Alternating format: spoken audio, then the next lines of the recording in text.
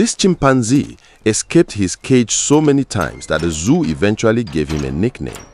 In 1985, something unbelievable kept happening at the San Diego Zoo.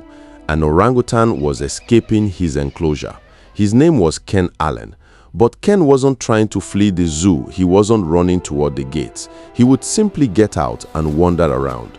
The keepers would catch him and put him back. So they made his enclosure harder to escape. Ken escaped again. They raised the walls. He found another way. And then the zoo realized something disturbing. Ken seemed to know when the keepers were watching. So they changed tactics. They dressed like ordinary tourists and secretly watched him from a distance. Think about that. A zoo had to send undercover zookeepers to spy on an orangutan, and eventually they discovered something that changed everything. Ken wasn't escaping by accident. He was studying his enclosure, finding weaknesses, and exploiting them. But the zoo still didn't know why he kept doing it, because every time Ken escaped, he never actually tried to leave the zoo. So what was he really after? And what happened when the zoo accidentally gave this escape artist a tool?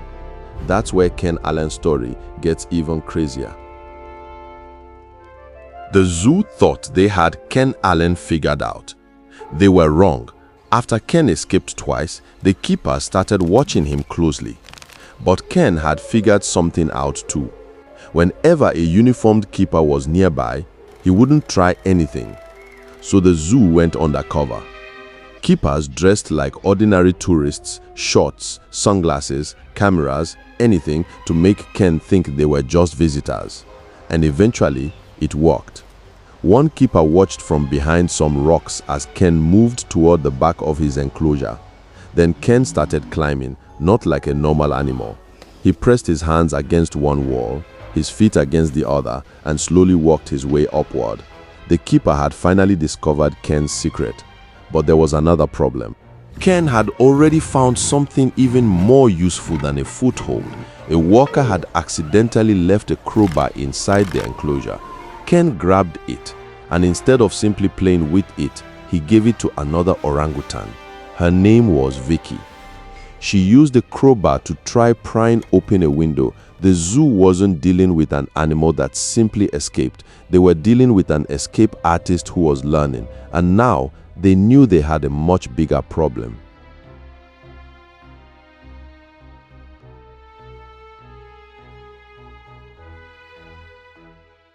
One orangutan was already escaping his zoo enclosure. Then something happened that terrified the keepers. Other orangutans started escaping too. Ken Allen had already become a nightmare for the zoo, so they tried something unusual. They gave Ken more company. 4 female orangutans were added to his enclosure. The idea was simple: keep Ken occupied, and for a while, it seemed to work. Ken settled down, but the escape artist hadn't disappeared. He was still watching, still experimenting, still learning. Then in 1987, the keepers got a surprise. 2 of Ken's female companions escaped. Their names were Kumang and Jane. But here's what made the keepers nervous. They weren't using Ken's exact escape route. They had found their own way out. One of them even used a misplaced squeegee to help escape.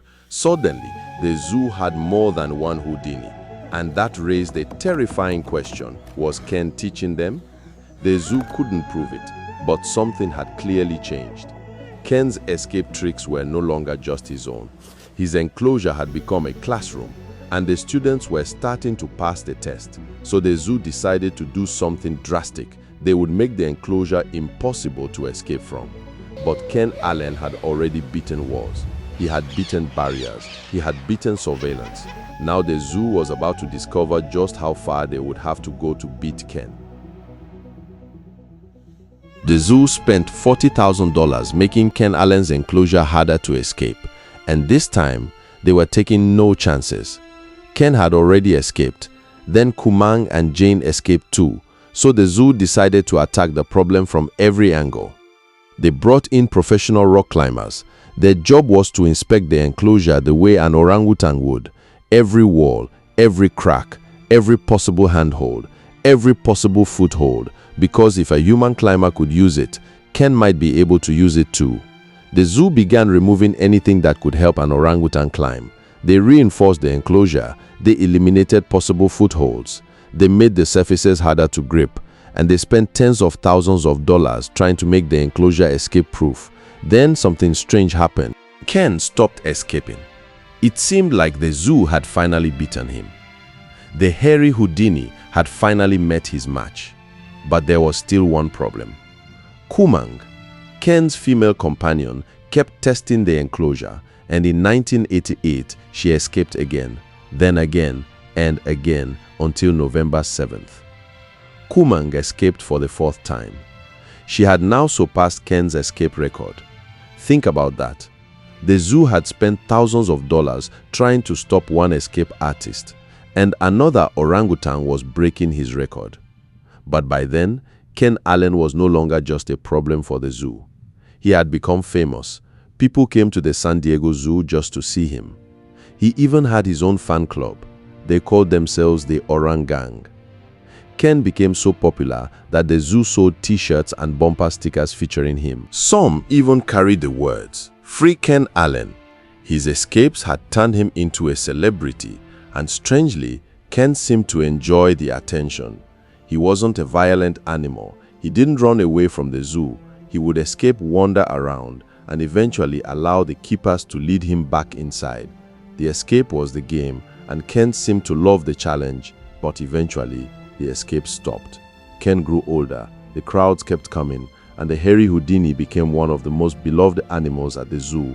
Then in 2000, something was wrong.